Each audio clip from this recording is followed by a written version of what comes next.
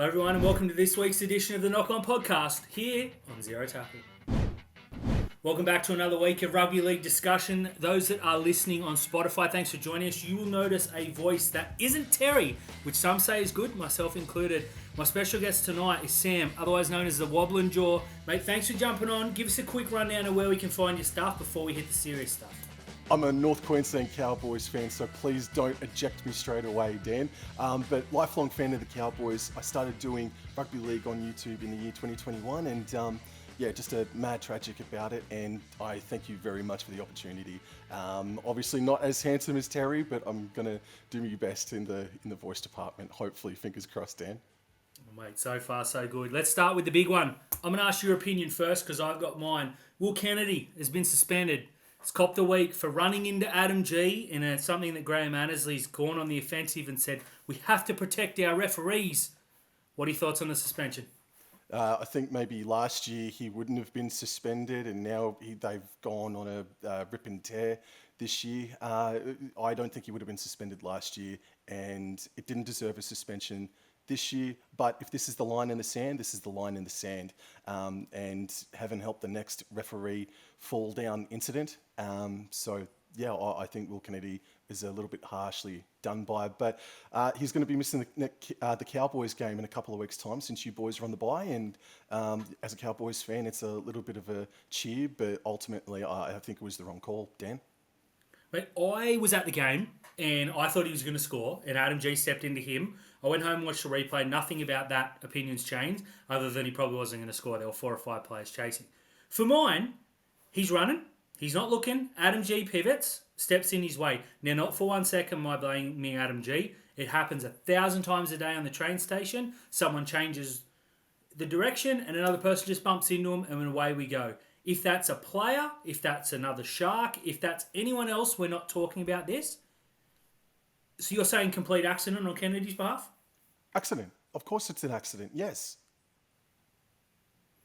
Look, as a Shark fan, I'm bewildered. It was good to hear from an outsider because maybe I'm being a little bit biased here. No. I'm a pretty big Will Kennedy fan. I'm not unhappy that we'll see a game without him coming up, but we'll discuss that on more Shark-related news later on. Yep. Do you feel that the Shark, because I was sure the Sharks were going to fight it until I remembered the Jerome Hughes incident earlier in the year. They thought it copped a second week. Do you think that is the reason Cronulla didn't fight it? Alrighty. So Jerome Hughes, wow, that feels like such a long time ago. Jerome Hughes got 2 weeks for just lightly brushing into the referee. I think, yes, I think so, yes, Dan. I think it was such a light brush by Jerome Hughes that Will Kennedy actually knocked down the fella this time round. Please forgive my memory, but yeah, I think that is a fair reason. Yeah, I think that is the reason why the Sharks didn't fight it. Because I dropped into the straight away. I was full of vinegar and the other thing, saying they're going to fight this, not for Cronulla but for the NRL. And then Terry's like, yeah, but Jerome Hughes copped 2 weeks for lightly brushing a bloke. They charged it and they threw him an extra week, beating the 2. I don't blame the Sharks for not fighting it because the precedent's set. They can't go in there, compare them. So that's the first thing the NRL prosecutor's going to do. Wow. 2 weeks. Could have been more. They could have been that was attempted murder in comparison. Yeah. I apologise, man. I totally forgot about the Jerome Hughes incident. But, I mean, can you blame me, though? It was something so fickle in the end that it shouldn't have even been a suspension. Cop a fine. A fine would have been... Would you have copped a fine for Will Kennedy? Yeah, absolutely. He knocked him over. Yep. Yep. I just put it down the same as a high tackle. Not every high tackle is a suspension. Some get fines, some get suspensions. This was the lightest touch. Don't get me wrong, it barreled Adam G, and I'm glad he's okay. And I saw a lot of people blaming G. It happens. 17 blokes or 26 blokes rather, running around. One guy in a different coloured jersey is going to get hit every now and then. I think it's a bad precedent, and I don't like, without going on another Graham Annesley rant, I don't like the fact that he came out playing the hero, saying it's about protecting referees. Yep. It was an accident. I 100% agree. I genuinely agree. And I can't believe I forgot the Jerome Hughes incident earlier this year. Wow.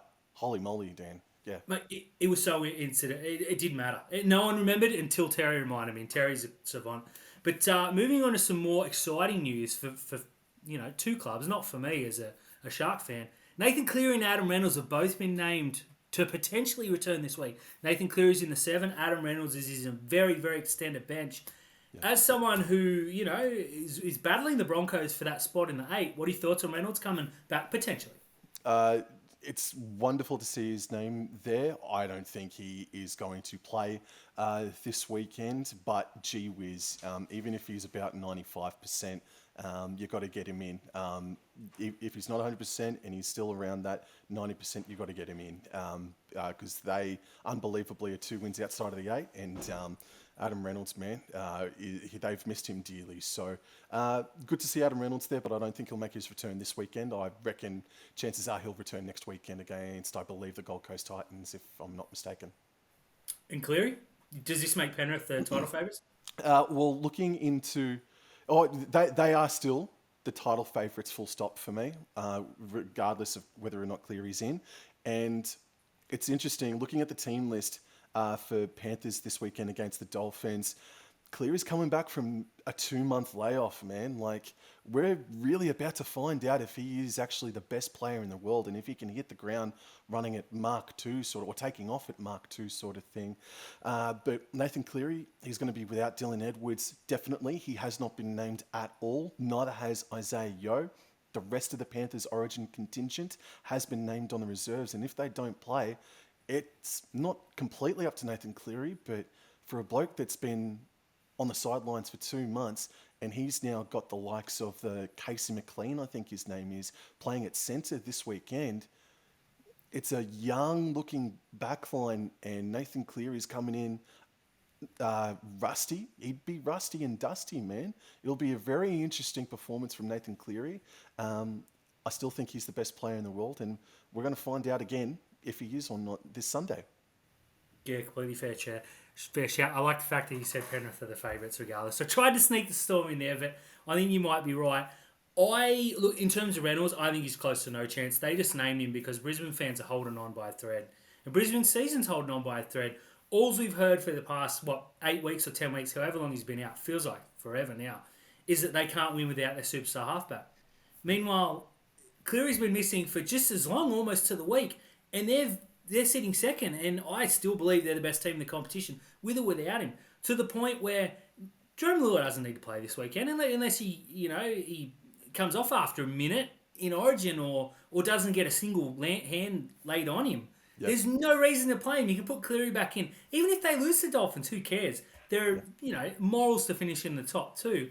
I think this makes, in terms of being a rugby league fan, I think both returns are great for the game. In terms of being a Sharks fan, I hate it because Brisbane right now are a non-entity. And for me, Penrith have been good. I know they smashed us 42-0, but I think that was more an aberration than anything on both teams' things. You put Cleary in there, though, and they beat us 52-0 next time. It scares me. Yeah, 1,000%, man. So, as a Sharks fan, because you're still in the hunt for second spot, aren't you? Technically, yes. But yeah. Looks a long way off now, but yes. Yeah, now Nathan Cleary's back. We're I think it was this time last year we were all saying that Penrith, are they? And watch out now. Look, moving on from superstar halfbacks to a rookie halfback who made his debut on the weekend, Jamie Humphries. Played a real wow of a game for Manly, if I do say so myself. Off to South Sydney, mate. And boy, do Manly fans hate hearing that. What are your thoughts on the kid and the move? Jamie Humphries, I primarily saw him in the trials. I didn't see much of the game this weekend, admittedly. But from what I've seen, he's got a touch of something about him. Scored off a forward pass, but we'll go by that. Leave that by the wayside. But I think this is going to evolve from me into a talk about South Sydney's halves purchasing, because it is kind of at a stage where it's bizarre, to be honest with you. I don't know how much you want to talk about it right now, man, but please. So Jamie Humphries, I like what I've seen from him. Need to see a lot more. We all need to see a lot more. He's unproven. But for South Sydney to sign Wayne Bennett, and Wayne Bennett didn't have a say in the Englishman that got signed, Lewis Dodds from St. Helens. he's coming in 2025 and he got dropped from St. Helens by St. Helens this past weekend or over the past fortnight or so. And now they're signing Jamie Humphries. But their best rugby league in 2024 has been when Jack White and Cody Walker have been playing together. And Dan, I'm pretty sure that you've been air horning it louder than a lot of other people since the start of the season, bro. For round one, I said Jack Whiten won a Dally M at 5'8". You put him into that team, that South Sydney team, and I had him as top 8 certainties. I know injuries occurred, etc., etc. But 100% their best footballers come when Cody Walker can just do what he does because he turns and sees a multiple-time rep player, a Dally M, best on ground in a grand final, doing his job at 5'8". I love the signing for Jamie Humphries because every team needs a next man up, and I think that's what Humphries will do. Lewis Dodd, I don't know much about him, full disclosure. I went and watched some highlights the other week when we were going to talk about him on Rugby League Outlaws. Yep. But, you're taking a punt in Super League players. Let's call a spade a spade. Sam Tompkins was a superstar over there, came over here and was a borderline dud. Same with a couple of the wingers. Now, for every, you get your Batemans and your Burgess brothers, all 15 of them, etc. So it's a worthy punt. Yep. And I don't dislike the signing again, but I really feel like they have their hardest combination, especially with Campbell Graham coming back next year. And there's a lot of talent in that South outfit. On Manly, their fans have been calling for this kid to play for a long time. Obviously, DCE and Brooks have got that 6 and 7 sewn up. But a couple of weeks ago, they played I think they named Tommy Talau in 6 or 7. He didn't play there. It was a Carl Lawton or something, or the other way around. It was ridiculous. And they were hammering the club to the point where a whole heap of my mates of mine got blocked. And, it's hard to do because I give the Sharks grief all the time. Haven't been blocked yet. Now he comes in, he stars, albeit against Newcastle team, and now he's off to South, which we've been hearing for weeks and weeks. How frustrating. Incredibly frustrating, and it opens up so there is still a little bit of depth. I've just brought up the team list for Manly. Jake Arthur is still an option for Manly, but I mean, you'd probably say that it'd be split down the middle on whether or not Manly fans wanted Arthur or Mr. Humphries as the future or as a option for a future half as well. And just going through the rest of it, I'm not too sure what the Blacktown Sea Eagles are going like, what their depth is like. I mean, it was Jamie Humphries, wasn't it? So, yeah, Manly are now on the hunt for another half.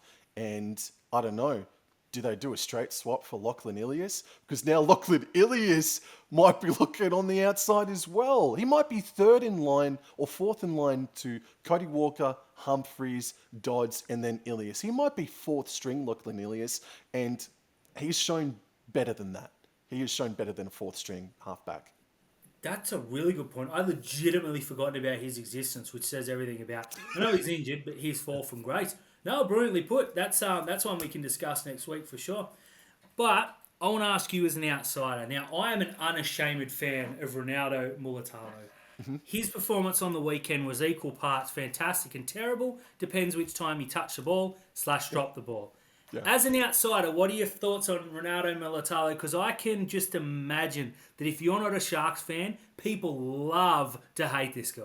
Ronaldo Mulitalo, it took me a couple of years to get over how loud he can be on the paddock, how in your face he can be. But I think over the past 2 years, it's just something that I personally have come to just accept and even like about his game. And he's backing it up this year. I think he is the third best winger in the competition, maybe behind Lomax and Toto at the moment. So I think he's in the hunt for Dally M Winger of the Year, one of the 2 wingers of the year at the moment. But he's been super. He's been super this season. And I admit that there was a time earlier on in his career where I don't think we had seen someone, I don't know, maybe we did, maybe we didn't, but Ronaldo Mulitalo was loud, bro.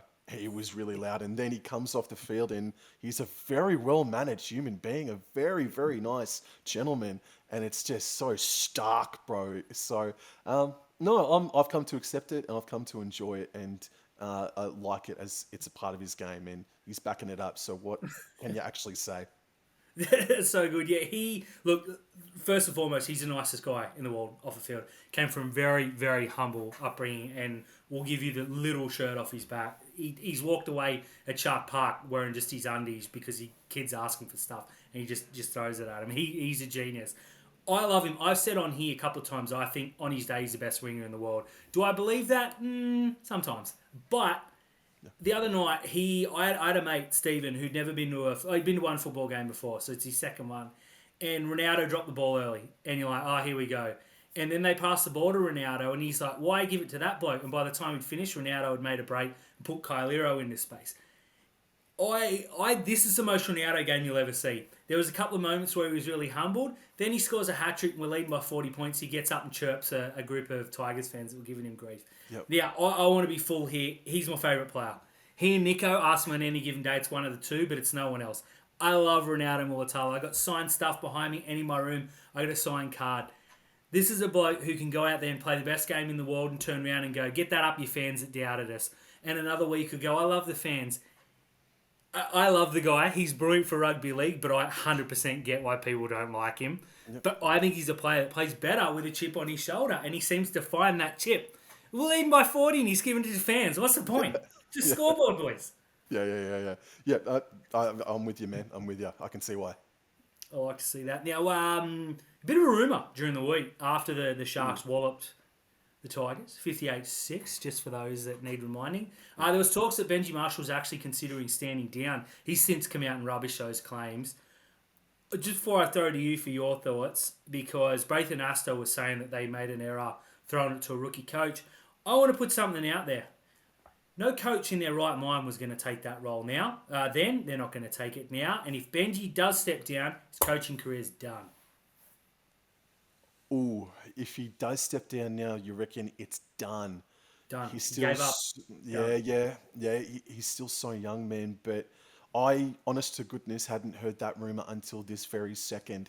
That is crazy. But I mean, I don't take anything what 360 has to say. I ignore that show.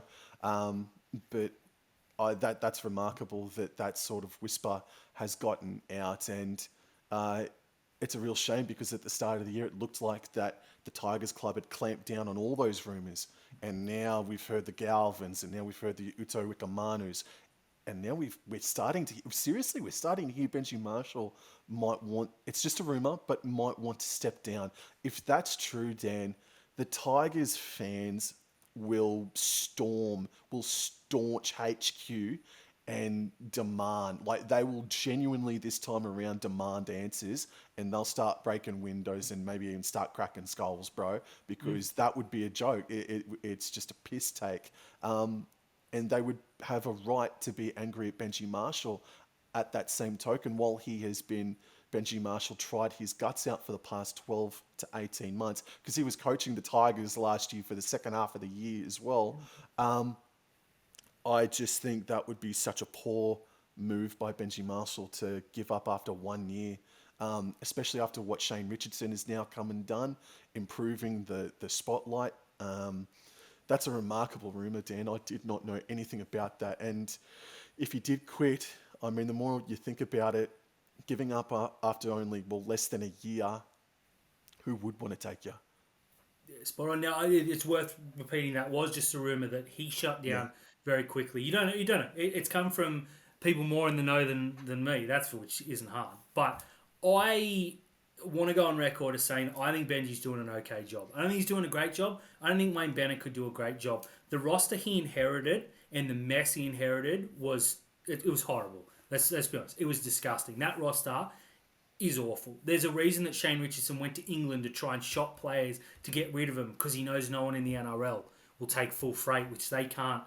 They can't be like Parramatta were years ago, where they're paying players for years, and the Bulldogs years and years after they've left. They just need to cut them. They need to Clemmer, Bateman, Stefano. I would walk. I'd say, you know that contract we offered you? Go find somewhere else. I feel sorry for Benji Marshall. I got to say he's not even supposed to be the coach till next year, because Tim Sheen's appointed himself with the 2-year succession plan. Then bailed when it got tough, threw Benji under the thing. And now Benji's getting dragged behind the bus, and people are going, what's this guy doing? He's an untested coach. This was never the plan. The bloke's doing his absolute best. He's copping grief for going on holidays during the bye week. He said that he's his family's going to come first.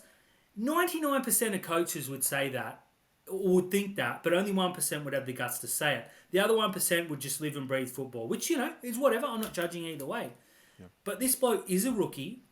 He had no chance to sign anyone. He's come in, he's flipped Isaiah Papali'i, which I think is great, because anyone that doesn't want to be there needs to go. Their culture needs to come first, even though I think they'll finish last this year. And probably next year they won't finish much better. Look, Jerome Luai's coming next year, so they have to be better by default.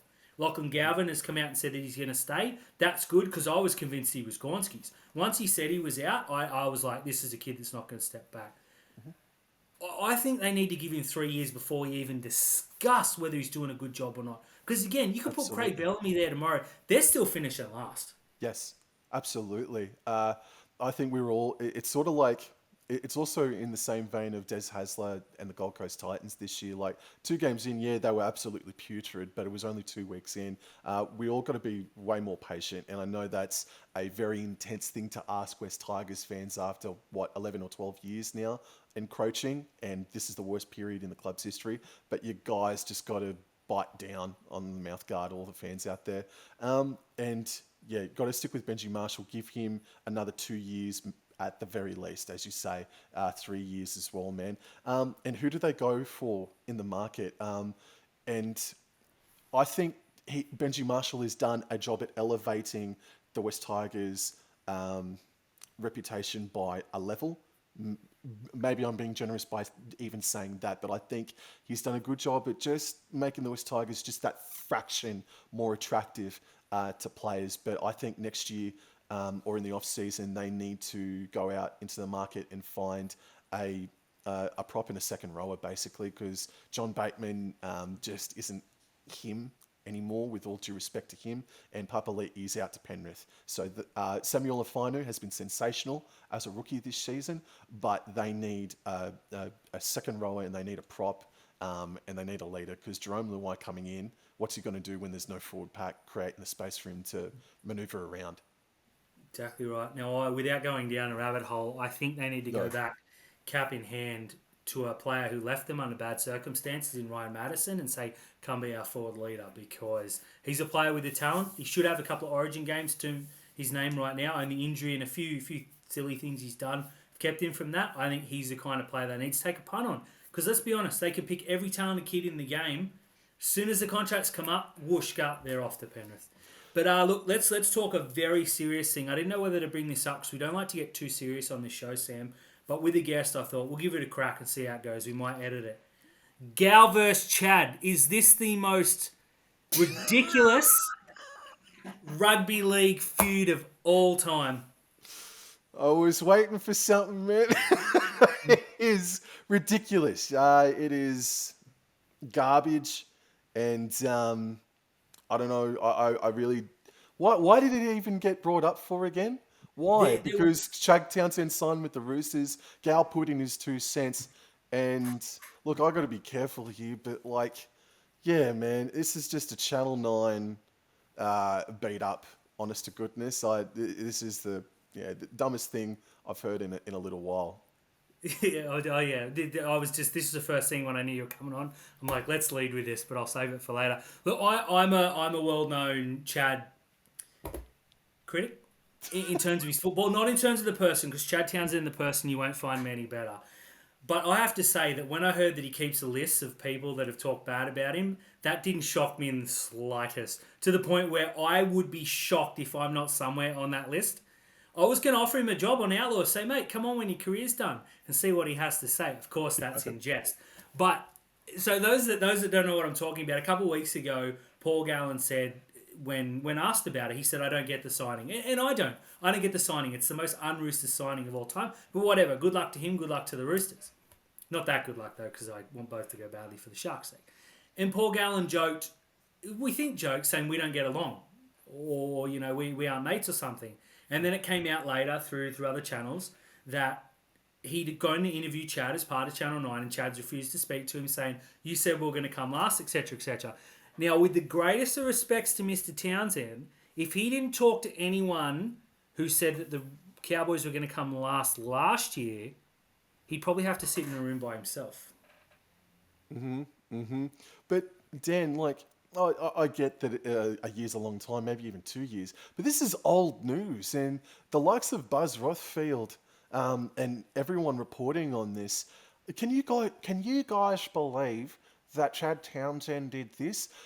I knew that this happened. This is such old news, bro, and it's just not worthy of more than 20 seconds of anybody's time, honest to goodness, man. But hey, look, Chad Townsend did it, and he was nominated for Dally M Captain of the Year in 2022, and then dipped in 2023, and now he's starting to get back into middle ground right now. And look, Cowboys are sitting in eighth, and that's sort of a representation of Chad Townsend's career up in Townsville, honest to goodness. So, yeah, this is old news, man. Move on. I say, so good sir. Move on. I say, good sir. Very, very tongue in cheek. And those that saying he was right to bag Gallen, you're probably right. Now, look, I'm gonna put two hypotheticals to you, mate. Uh-oh. What if, and I believe both of these will happen. What if, first of all, the Brisbane Broncos don't play finals this year? Because I don't think they're going to make finals. What's the outcome? I still have them, even if they lose against Newcastle this weekend, they're, in my eyes, still a chance of playing finals. Top four is already done. Forget about it. If the Broncos do not make the top eight this season, Kevin Walters will still survive. He will still be around next year in 2025. And I'm thinking about the contract situation. Selwyn Cobbo and Reece Walsh, I believe, are still yet to re-sign. Katoni Staggs as well. I think Walsh is still yet to officially re-sign. So one of those players is going to still be in the news for whether or not they're going to be signed up. It sounds like Cobbo is going to be the one out of the three to go. So there'll be a bit of a bad news story in the off-season for one of those three gentlemen for the Brisbane Broncos in total. But I don't know how they would then improve. I mean, the only thing that I could say that might snap them back into fair income premiership calculations in 2025 is that this team went from wooden spoon basically, and then fell off a cliff in 2022, I think it was, where they lost the last 9 out of their 10 last games or something like that. And this very, very young Broncos side experienced success for the first time. Payne Haas experienced success for the first time in his career last year as a part of the Broncos side. That was a new experience for them.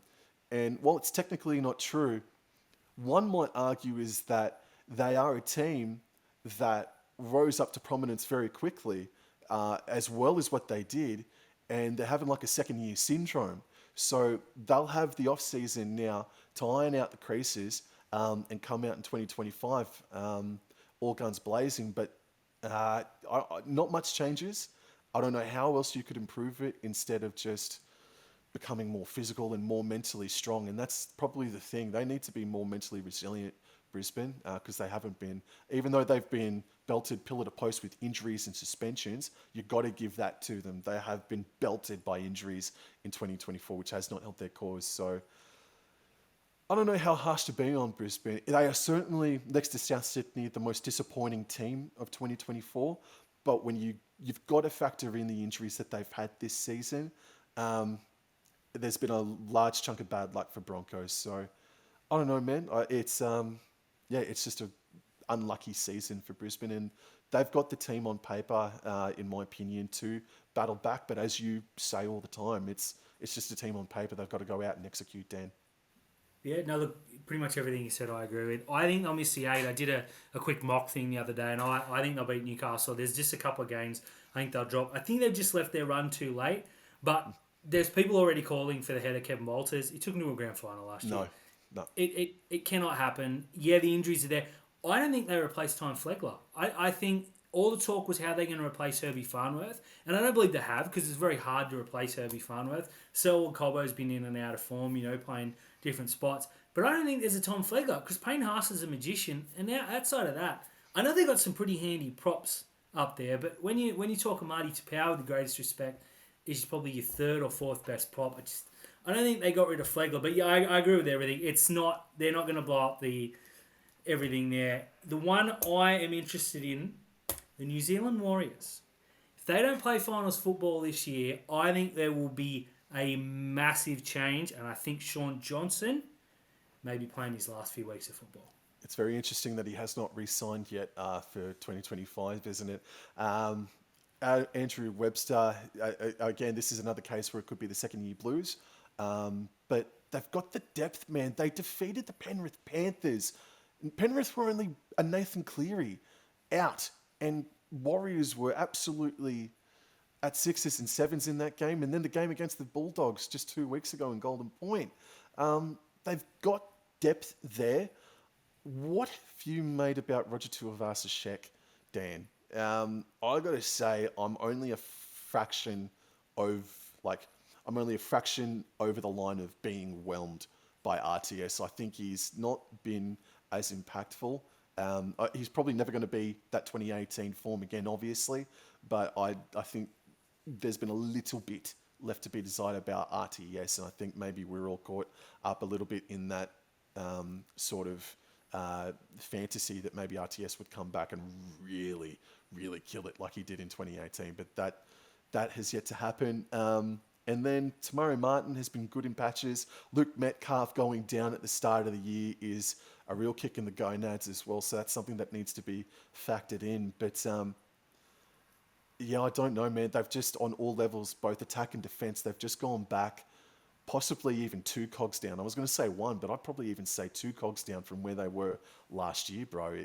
They're a strange case, the Warriors. And while I am surprised, at the same time, I'm not surprised that they have let their fans down again, to be honest with you. Even though they're still alive and still in the race for the finals, it's been a Warriors-like season. Summed it up. A Warriors-like season. You don't know what you're going to get. A couple of weeks ago, they smacked Penrith. Or they beat Penrith in Magic Round, and we're all laughing as Sharks fans going, imagine what we're going to do to Penrith. They come out and put 42 unanswered points on us without us responding. So they're a good side for mine. With Roger Tuivasa-Sheck, as soon as he re-signed, I'm like, you got to play him at fullback.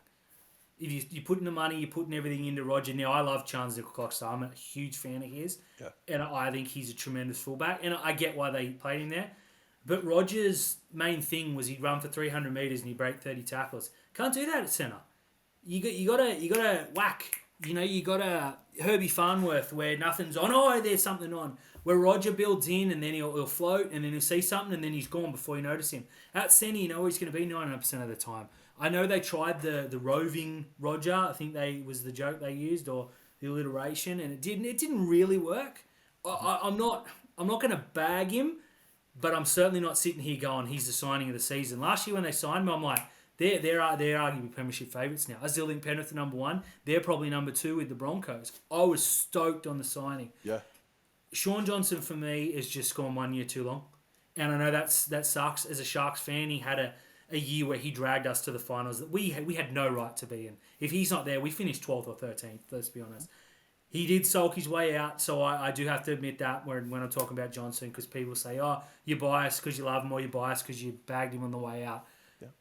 At times this year, even this year, he's been brilliant, but it's been few and far in between. The second that Luke Metcalf went down with that injury, Sean Johnson dropped off a cliff.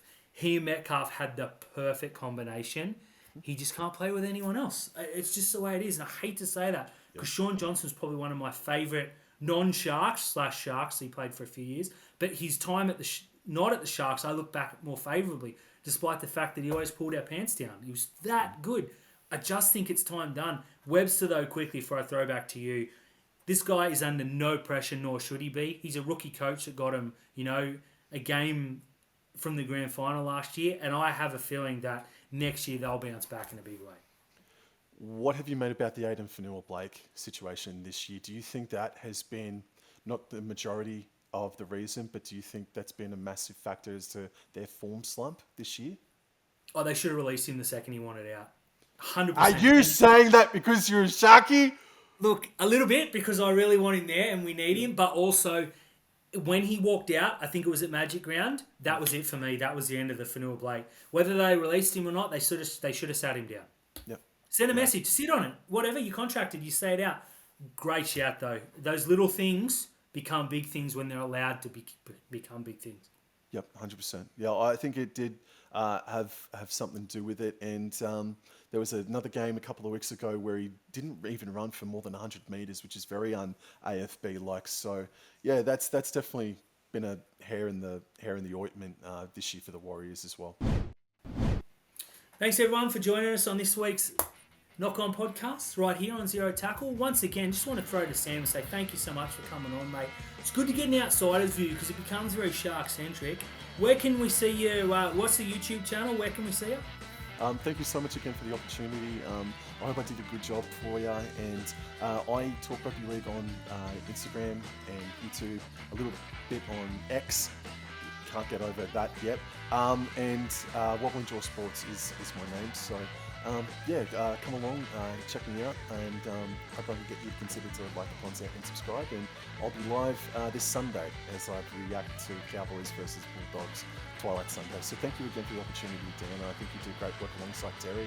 Thank you again. You're an awesome bloke. Thank you. Thank you, mate. Now, anyone who's listening, please jump on to Zero Tackle. The next 48 hours are going to be absolute chaos. I feel a little bit bad for Scott, but not really. If you listen, Scotty, you deserve it. Origin 3, the decider, win, lose or draw. Well, obviously someone's going to win. It's going to go ballistic. Make sure you keep an eye out. I've got something special coming. A player who has gone under the radar is being released over the weekend. I believe a whole heap of teams will be in for on the sneaky. I'm not going to name that player, but check Zero Tackle in the coming days. And until then, we'll see you next week, right here on the Knock On Podcast.